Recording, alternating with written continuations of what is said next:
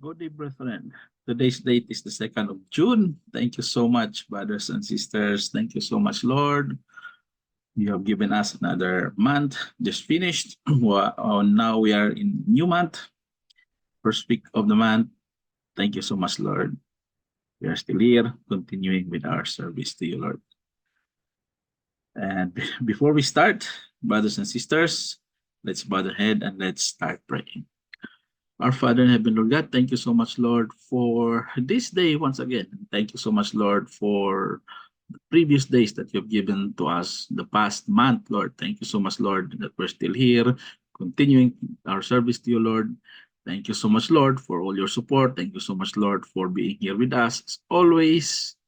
Thank you so much, Lord, for not leaving us, for not forsaking us. Thank you so much, Lord, for everything. And as usual, Lord, as we go on to this service today, Lord, we will pray, Lord, that you'll always be with us, guide us, and open our hearts and our mind, and give us understanding, Lord, and give us uh, the ability to absorb everything that we will hear, especially in the preaching for today, Lord. Lord, thank you so much for everything once again, and we cannot say anything about how much we are thankful. We're still here. Thank you so much, Lord. This is all for you. This we ask in Jesus' name. Amen. All right, brethren. Now, before we proceed with the scripture reading, let's offer a song for the Lord. Thank you so much once again.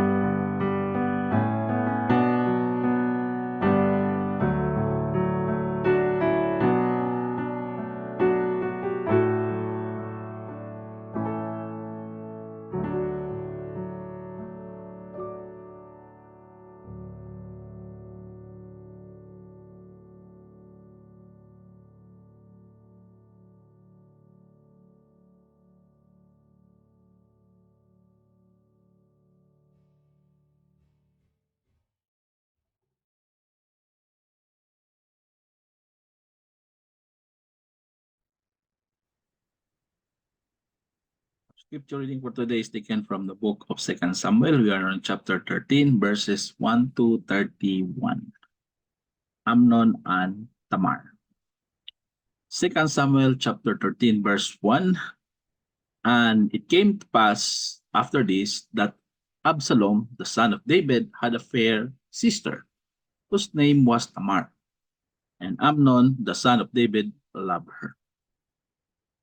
And Amnon was so vexed that he fell sick for his sister Tamar, for she was a virgin, and Amnon thought it hard for him to do anything to her. But Amnon had a friend whose name was Jonadab, the son of Shimeas, David's brother, and Jonadab was a very subtle man. And he said unto him, Why art thou, being the king's son, lean from day to day? Wilt thou not tell me?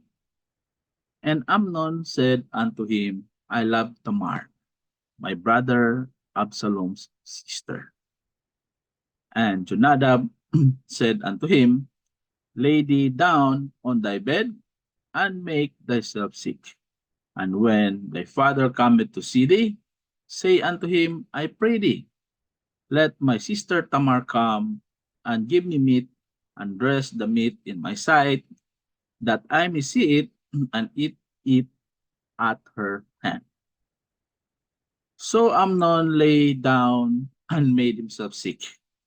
And when the king was come to see him, Amnon said unto the king, I pray thee, let Tamar my sister come, and make me a couple of cakes in my sight, that I may eat at her hand. Then David sent home to Tamar, saying, Go now to thy brother Amnon's house, and dress him meat. Verse 8, So Tamar went to her brother's Amnon's house, and he was laid down. And she took flour, and kneaded it, and made cakes in his sight, and did bake the cakes. And she took a pan, poured them out before him, but he refused to eat. And Amnon said, Have out all men from thee. And they went out every man from him. And Amnon said unto Tamar, Bring the meat into the chamber, that I may eat in thine hand. And Tamar took the cakes which she had made, and brought them into the chamber to Amnon her brother. And when she had brought them unto him to eat, he took hold of her, and said unto her, Come lie with me, my sister. And she answered him, Nay, my brother, do not force me, for no such thing ought to be done in Israel. Do not thou this fully. Verse 13, And I, whither shall I cause my shame to go? And as for thee, thou shalt be as one of the fools in Israel. Now therefore, pray thee, speak unto the king, for he will not withhold me from thee. Howbeit he would not hearken unto her voice, but being stronger than she, forced her and lay with her. Then Amnon hated her exceedingly, so that the hatred wherewith he hated her was greater than the love wherewith he had loved her. And Amnon said unto her, Arise, be gone. And she said unto him, There is no cause. This evil is sending me away is greater than the other that thou didst unto me. But he would not hearken unto her. Then he called his servant that ministered unto him, and said, Put now this woman out from me, and bolt the door after her. And she had a garment of divers colors upon her, for with such robes were the king's daughters that were virgins apparel. Then his servant brought her out and bolted the door after her. And Tamar put ashes on her head, and rent his garment of diverse colors that was on her, and laid her hand on her head, and went on crying. And Absalom her brother said unto her, Hath Amnon thy brother been with thee? But hold now thy peace, my sister. He is thy brother. Regard not this thing. So Tamar remained desolate in her brother Absalom's house. But when King David heard of all these things, he was very wroth.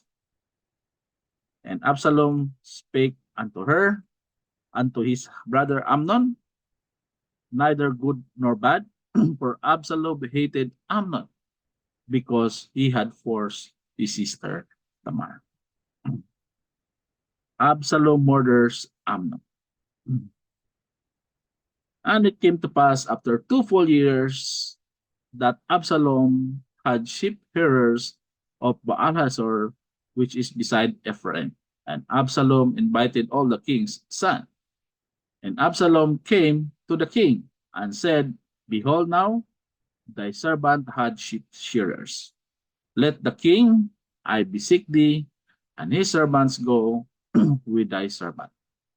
And the king said to Absalom, Nay, my son, let us not all now go, lest we will be chargeable unto thee. And he pressed him, howbeit he would not go, but blessed him. And 25. Then said Absalom, If not, I pray thee, let my brother Amnon go with us. And the king said unto him, Why should he go with thee? But Absalom pressed him, and he let Amnon and all the king's sons go with him. Now Absalom had commanded his servants, saying, Mark ye now when Amnon's heart is merry with wine. And when I say unto you, Smite Amnon, then kill him, fear not. Have not I commanded you? Be courageous and be valiant. Verse 29. And the servants of Absalom did unto Amnon as Absalom had commanded. Then all the king's sons arose, and every man got him up upon his mule and fled. And it came to pass, while they were in the way, that tidings came to David, saying, Absalom had slain all the king's sons, and there is not one of them left. Then the king arose and tare his garments and lay on earth, and all his servants stood by with their clothes rent. And Jonadab, the son of Shemiah, David's brother, answered and said, Let not my lord suppose that they have slain all the young men, the king's son, where Amnon only is dead. For by the appointment of Absalom, this hath been determined from the day that he forced his sister Tamar. Now therefore, let not my lord the king take the thing to his heart, to think that all the king's sons are dead, for Amnon only is dead. Absalom flees to Gesur. But Absalom fled, and the young man that kept the watch lifted up his eyes and looked, and behold, there came much people by the way of the hills side behind him. And Jonadab said unto the king, Behold, the king's son come. And thy servant said, So it is. And it came to pass, as soon as he had made an end of speaking, that behold, the king's sons came and lifted up their voice and wept, and the king also and all his servants wept very sore. But Absalom fled and went to Talmai, the son of Amihud, king of Geshur, and David mourned for his son every day. So Absalom fled and went to Geshur and was there 3 years. And the soul of King David longed to go forth unto Absalom, for he was comforted concerning Amnon, seeing he was dead. This is the word of the Lord. Thanks be to God.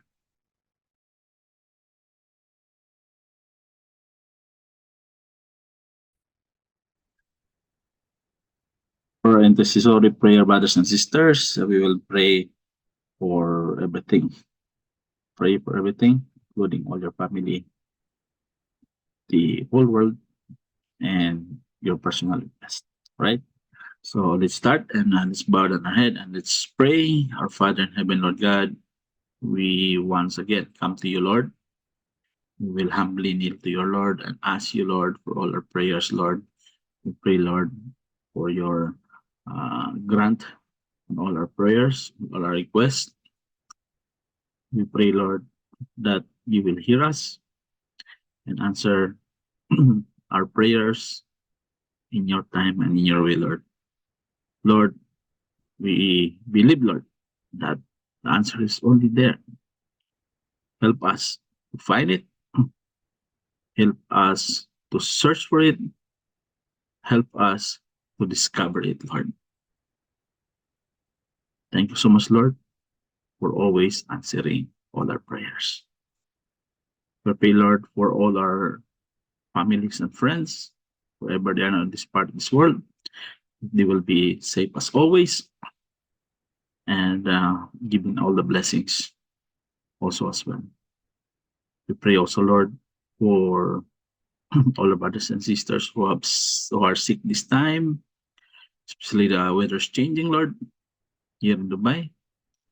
We pray, Lord, that you will heal them, touch their bodies, Lord, heal them not only physically, Lord, but also mentally, Lord. Help us in our mental health. Help us that we will be able not to be depressed.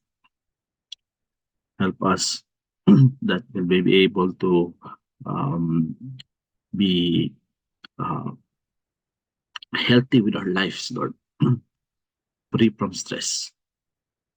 But we know, Lord, that all the way, along the way, we made so many challenges in this life. Only we pray, Lord, that you'll always be there, helping us as always, guiding us as always, supporting us always. And we know, Lord, that we have problems, deep problems that we cannot bear on our own. We will lift up to you, Lord. Help us, Lord. Help us, Lord. Help us with our financials. Give us all the blessings in life, and we'll be able to solve our financials, our relationships, broken relationships, our jobs, Lord. Source of income, Lord. Pray, Lord, you always support us. Give us the things that you have done, that we need, Lord, in this life. And we know, Lord, that you know what we need. And you never fail us in this life, Lord. You always provide this to us. Help us, Lord. Help us, Lord. Help us in this life, Lord. Bless all our families, all our kids, all our children, Lord. All our acquaintances, all our friends, all our colleagues, all our enemies. Help us, Lord, in this life. Because we don't know if you are not there. We are nothing. You're the only one who can give these answers to us, Lord. Nobody else. Nobody else in this life. Only you, Lord. You and only you, Lord. Help us, Lord, in all our prayers. This we ask. In Jesus' name, amen. All right, Brother. Thank you so much. And now we will proceed to our preaching for today. Thank you.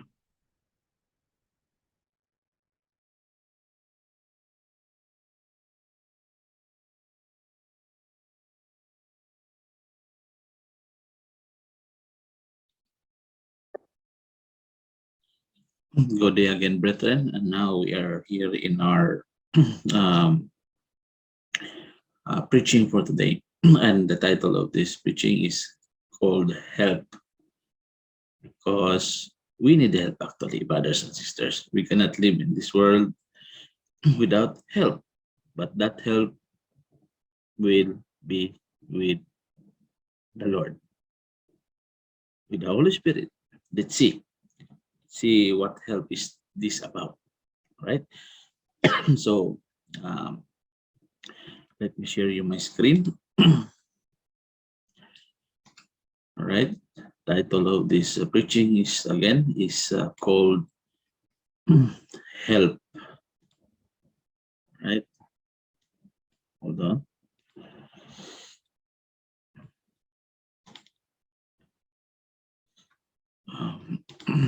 All right. So our scripture reading is taken from the book of John, chapter 14, 15 to 20. Let's read these verses first. Okay. Okay. This is Jesus Christ is speaking here. John 14, 15 to 20. If you love me, keep my commandments. Very clear. And I will pray the Father, and he shall give you another comforter. Okay, this comforter is this. This is the Holy Spirit comforter, okay? So that he may abide with you forever. So even the Spirit of truth, whom the world cannot receive, because it seeth him not, neither knoweth him. But you know him, for he dwelleth with you and shall be in you. Okay? I will not leave you comfortless. I will come to you. Yet a little while, and the world seeth me no more, but ye see me. Because I live, ye shall live also. And that day ye shall know that I am in my Father, and ye in me, and I in you. Such a beautiful verse here, spoken by Jesus Christ during that time, brothers and sisters. Take note, he's telling here he will give another comforter. That would be the Holy Spirit. Right? So before we proceed, let's bow our head and this short prayer. Our Father in heaven, Lord God, I'd like to pray, Lord, that will use me today in this preaching, Lord, that may able to convey the message to all who will able to listen to this preaching, Lord. Pray, Lord, as we go on, you will give us understanding in our hearts and mind, Lord, for us to digest everything that we hear from your words, Lord. This we ask. In Jesus' name, amen. Right. So here, in these verses. So why is it titled help? Okay. So have you ever found it necessary to ask for help? Of course. No man is an island. We need to help each other. We need help from others also. But this help is coming from the Lord. So have you ever found it necessary to ask for help? Of course. So anyone who truly desires to live out the Christian life must understand that they need more than a little help. You need a little more than a little help. It's supposed to be more help from the Lord. Okay? So Jesus made it clear that the Christian life can only believe in our vital union with Him. And it's written in John 15. Forward to this one, it says here, abide in me and I in you. It's very clear. That's why Jesus made it clear that the Christian life can only be lived out in a vital union with Him. We must unite with Him. We must unite with Jesus Christ. We must unite with the Holy Spirit. We must unite with God. So what he's telling here, this is Jesus Christ is talking here. Abide in me and I in you. As the branches cannot bear fruit of itself, except it abide in the vine. No more can ye except ye abide in me. See, I am the vine, ye are the branches. He that abideth in me and I in him, the same bringeth forth much fruit. For without me ye can do nothing. You remember that. Without me you can do nothing. Without Jesus Christ you can do nothing. If a man abide in me, he is cast forth as a branch and is withered. And men gather them and cast them into the fire, and they are burned. See that? See, he's telling here, you can do nothing. You can do nothing. Without me, you can do nothing. So from these words alone from Jesus Christ, that means we need help from him, right? We need help. We need help from Jesus Christ because we can do nothing without him. Take note of that one, brothers and sisters, that we cannot do without Jesus Christ, right? So in John 13:1, we are told that Jesus knew that his hour had come and he should depart out of this world to the Father. So he knew. So let's read these verses here in John 13:1. And this is what is written here. Now before the feast of the Passover, when Jesus knew that his hour was come, that he should depart out of this world unto the Father. See? Having loved his own which were in the world, he loved them unto the end. Right? So Jesus Christ knew that uh, the it will be fulfilled. Okay, it will be fulfilled. What the prophets are saying in the Old Testament, it will be fulfilled. Right? The prophecies in the Old Testament, it will be fulfilled. So here in John 13:1, we are told that Jesus knew that his hour had come, that he should depart out of this world. And prior to this one, the events recorded in John 13:16, which is written afterwards of this John 13:1, before the Lord depart from this world, we all know that Jesus Christ um, conduct the Lord's Supper, the Last Supper. And in the Last Supper, we'll just give you what are the things that happening in the Last Supper. There's so many things happening there with Jesus Christ in the Last Supper. That's not our topic now, but I'll just give you a glimpse of what happened in the Last Supper, and you can read it afterwards. This verses here onwards, right? So from 13 to 16. Okay, so in the Last Supper, Jesus Christ demonstrated the servanthood by washing of the disciples' feet, right? So during that Last Supper, he washed the feet of the disciples. Other than that, he instituted the Lord's Supper. Okay, so they eat together. Okay, we know that one, what happened there, the Last Supper. And he gave new commandment also there, right? He gave new commandments. And he revealed himself as the way, the truth, and the life. Okay, take note. He revealed himself as the way, the truth, and the life. Okay, and he declared himself to be one with the Father. It's also one.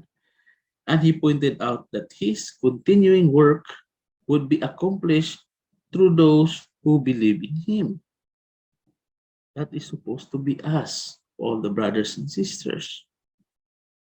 Continuing work would be accomplished through those who believe in him. Right? And he stressed, Jesus Christ, he stressed that the importance of abiding in him. And he thought about and promised to answer the prayer. Okay, so that is what happening in the Lord's Supper. And he sought to prepare his disciples for what was about to take place. So he's preparing his disciples when he is gone. So this morning, we're going to focus on Jesus' promise. That promise is to send the Holy Spirit, along with his clear teaching on who the Holy Spirit is, why he is here, and what he does. And you will be able to find out that he is the help for us. H-E-L-P, help for us. This is what I've said. Let's focus on the promise of Jesus Christ of sending the Holy Spirit. And now we will know who the Holy Spirit is and why is he here and what he will do. All right. So the first part, who is the Holy Spirit? Okay, so that's the big question now. Who is the Holy Spirit? Now, remember, brothers and sisters, Holy Spirit, he is not an impersonal force like electricity. So he's not like that, like a personal force, electricity, or an element like water. He's not like that. That's not his physical traits or anything else. Notice that Jesus referred to the Holy Spirit as a person. Why am I saying that one? Because he used language that can only be translated as he or him. So if you go back here, see, even and I will pray to the Father that he shall give you another comforter, that he may abide with you forever. He's using he here. And also here, yes, here. Because I live, ye shall also see me no more, but ye see me all the day.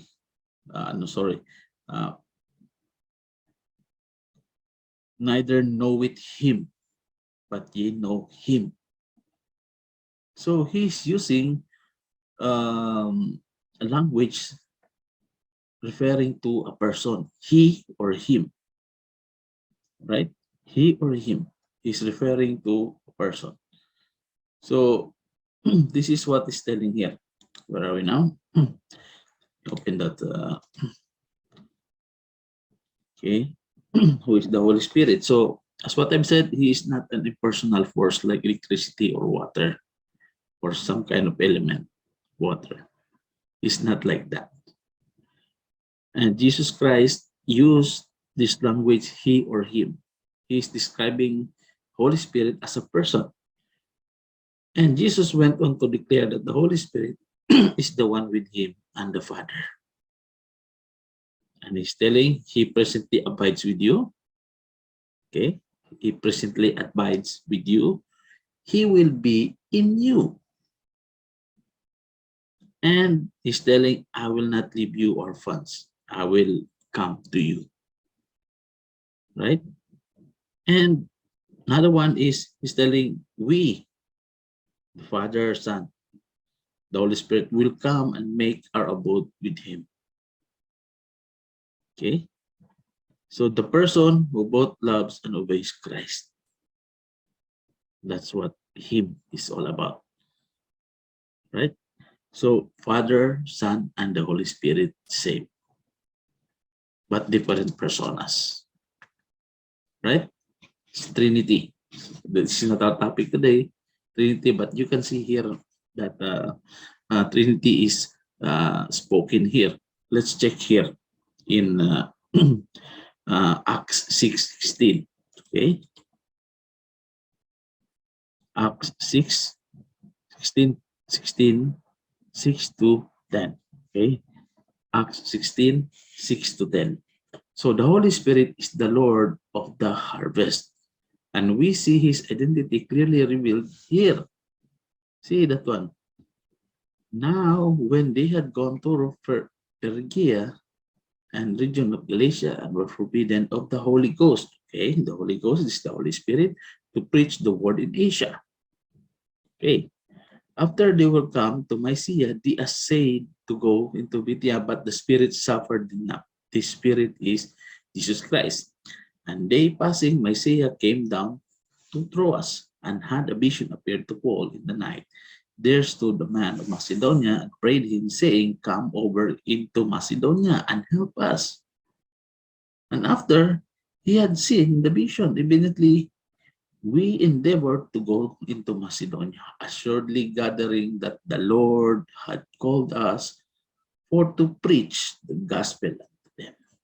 So see the three different personas here: Holy Ghost, the Spirit who is Jesus Christ, and the Lord. This is the God the Father, Trinity. Anyway, this is not our topic today, Trinity, but you see here, it's the same God, right?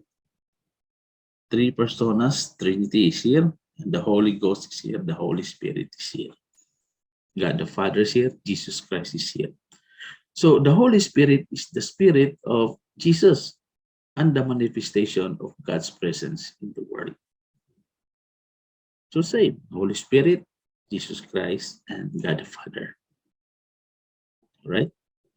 So notice, notice here, the Spirit possesses and dispenses knowledge. Right? The Spirit possesses and dispenses knowledge. 1 Corinthians 2:10-13. But God hath revealed them unto us by His Spirit. Okay, he's using again the word His, referring to a person. His Spirit, for the Spirit searcheth all things. This is what the Spirit will do. Spirit searcheth all things, yea, the depth things of God. So this is what the Holy Spirit will do. He will search the deep things of God so that we will understand. Especially in reading the Bible, we can understand through the Holy Spirit. So for what man knoweth the things of a man, save the spirit of man which is in him. Even so the things of God knoweth no one, but the Spirit of God.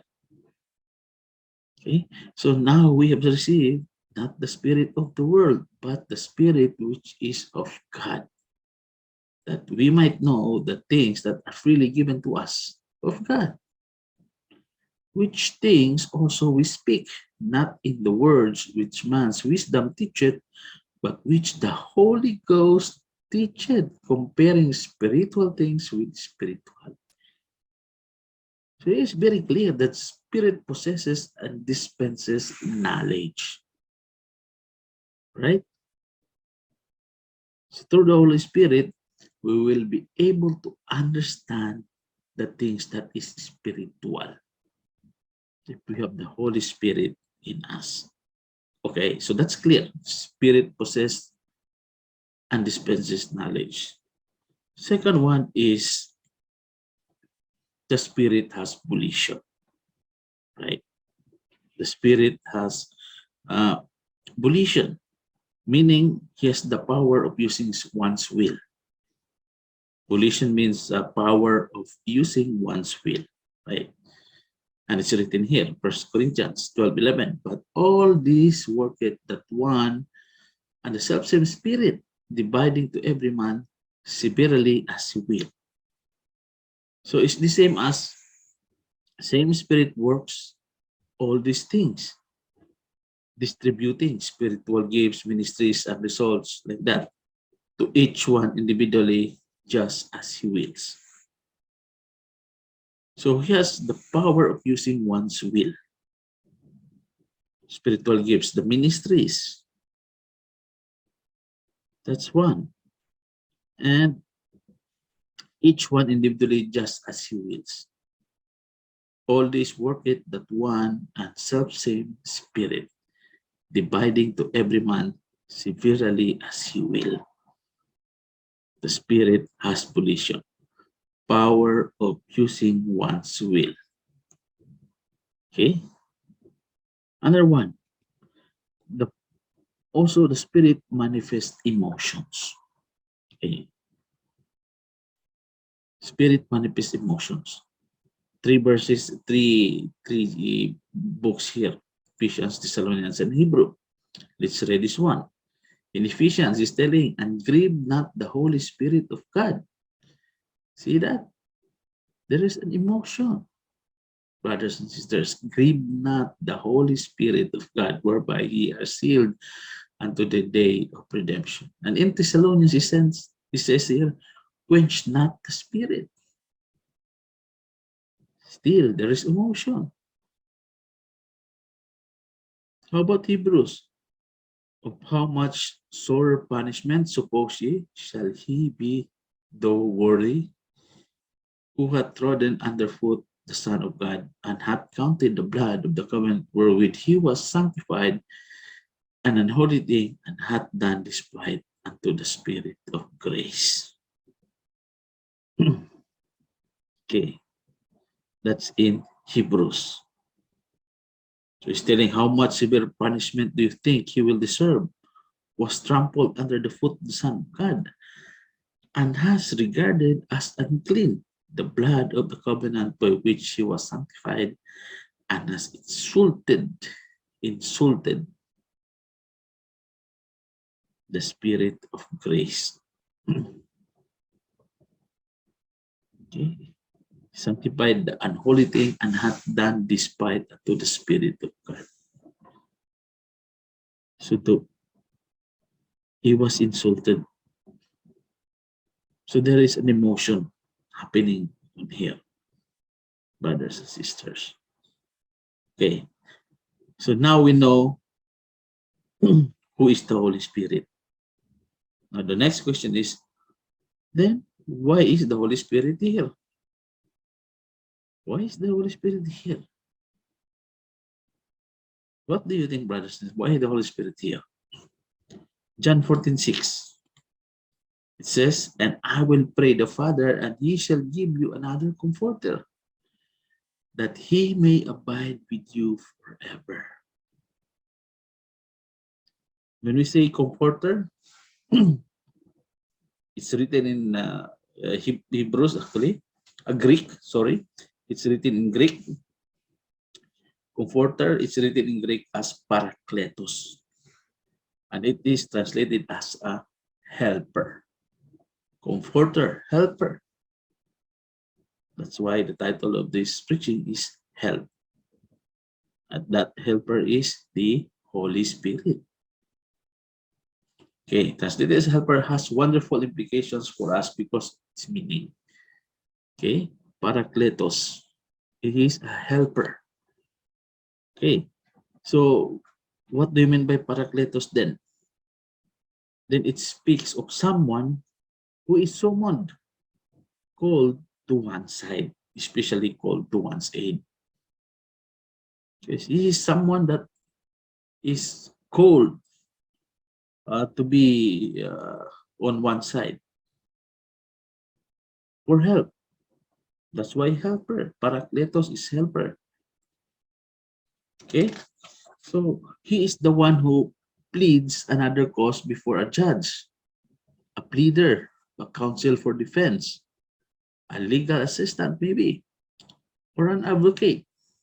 So he is our attorney, right?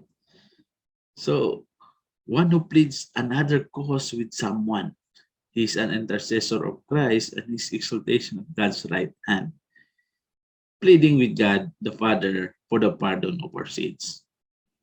See how important is this, the Holy Spirit in us. And in the widest sense, of course, he's a helper. He is an aider, let's say an assistant. And the use of the Holy Spirit destined to take place of Christ with the apostles, okay, to lead them to a deeper knowledge of the gospel of truth and to give them divine strength needed to enable them to undergo the trials and persecutions on behalf of the divine kingdom. So that's why the Holy Spirit is here for help. So what I've said, he is our legal assistant. He is the one who is summoned to be asked for help. And he will be pleading with God the Father for the pardon of our sins. It's like an intercessor between us and the Father. Right? He's our assistant, he's an aider, he's an helper. And it was used for us to have knowledge of the gospel truth. Okay? And also, not only to give us the knowledge, and also to give divine strength for us to be able to undergo the trials and persecutions, especially nowadays. That's why the Holy Spirit is here. Okay. So that's what the Holy Spirit will do. Okay. And what else? What does the Holy Spirit do? We already answered why the Holy Spirit is here. Now the another question is, what does the Holy Spirit do? Verse 1. He teaches us and reminds us of spiritual truth. So what I've said before, these things have I spoken unto you, being yet present with you. But the Comforter, this is the Holy Spirit, which is the Holy Ghost, say very clear, whom the Father will send in my name. He shall teach you all things and bring all things to your remembrance, whatsoever I have said unto you. Clear. He teaches us, the Holy Spirit will teach us and remind us of our spiritual truth. Another one, he bears witness and enables us to do the same. But when the Comforters come, whom I will send unto you from the Father, even the Spirit of truth, which proceeded from the Father, he shall testify of me. Ye also shall bear witness, because ye have been with me from the beginning. So again, what does the Holy Spirit do? He bears witness of Christ and enables us to do the same. Okay, let's move forward. The Holy Spirit convicts lost people that they are lost. That's why, as what I'm telling, there's a Holy Spirit between us Christians. And when we are lost, we need to go back, because the Holy Spirit is still within us. And He will give us convictions for us to go back to the main road.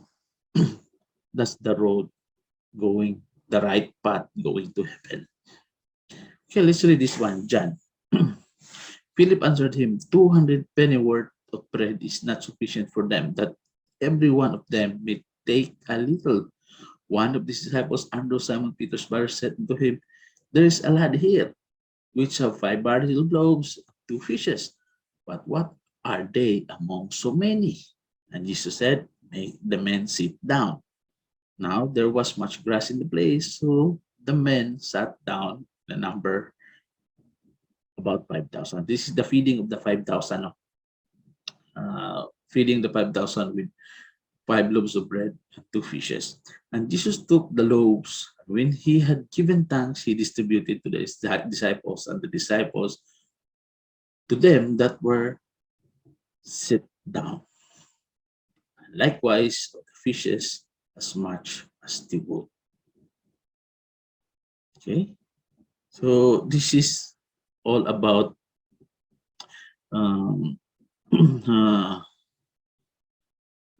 he guides us in all the truth. Okay, he convicts lost people that they are lost. Right? Let's move on. He guides us into all truth. Okay, guides us into all truth. John 16, 12 to 15. Okay, this is Jesus Christ is the one talking here. Okay, he says here, I have many more things. I have yet many things to say unto you, but ye cannot bear them now. Howbeit, when he, the Spirit of truth, is come, he will guide you into all truth. Okay, very clear. For he shall not speak of himself, but whatsoever he shall hear, that shall he speak, and he will show you things to come. He shall glorify me, for he shall receive mine, and shall show it unto you. All things that the Father hath are mine, therefore said I, he shall take mine and shew it unto you. So these verses tells us that the Holy Spirit guides us in all the truth. Not only convicts the lost people, as what is written in John, John is telling that I will tell you the truth. It is to your advantage that I go away. For if I do not go away, the helper will not come to you. Okay? The helper will not come to you. But if I go, I will send him to you. And he, when he comes, will convict the world concerning the sin and righteousness and judgment concerning sin, because they do not believe in me. Concerning righteousness, because I go to the Father and you no longer see me. And concerning righteousness and concerning judgment, because the ruler of this world has been judged. Okay. So he convicts the lost people that they are lost and guides them all the truth here.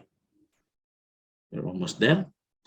Not only he guides us all in truth, but he also empowers us. Okay, Acts 1, 7 and 8. And he said unto them, it is not for you to know the times or the seasons which the Father hath put his power. But ye shall receive power after that the Holy Ghost is come upon you, and ye shall be witnesses unto me both in Jerusalem and all in Judea and in Samaria and unto the uttermost part of the earth. So he empowers us. That's the work of the Holy Spirit. It's very clear in these verses that he empowers us. Holy Spirit is empowering us. But ye shall receive power. Verse 8. We will receive power through the Holy Spirit. We're almost there. He gives us victory over the desire of the flesh. This I say then, walk in spirit. Walk in the spirit, and ye shall not fulfill the lust of the flesh. That's why, if you will not walk in the spirit, then will fall from the lust of the flesh. See? So he gives us victory over the desire of the flesh. The last one is, he reproduced the life of Christ in us. Okay? He reproduced the life in Christ in us. 5:21 to 24, and beings, murders, drunkenness, revelings, and such like, of the which I tell you before, as I have also told you in time past, that they which do such things shall not inherit the kingdom of God. But here, but the fruit of the Spirit is, this is the fruit of the Spirit, love, joy, peace, long-suffering, gentleness, goodness, faith, meekness, temperance.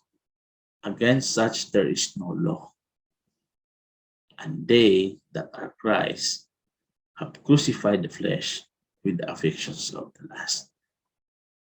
That is why the Holy Spirit reproduced the life of Christ in us. I hope that's clear. Let's move on to the conclusion, brothers and sisters. Now,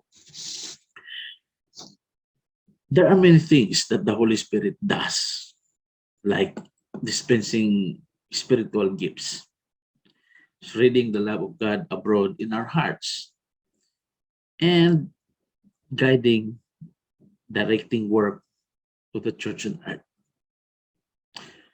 So, If we would know the reality of the Holy Spirit's presence and work in our life, we must what? What we must do? We need to respond to the gospel, brothers and sisters. Respond to the gospel.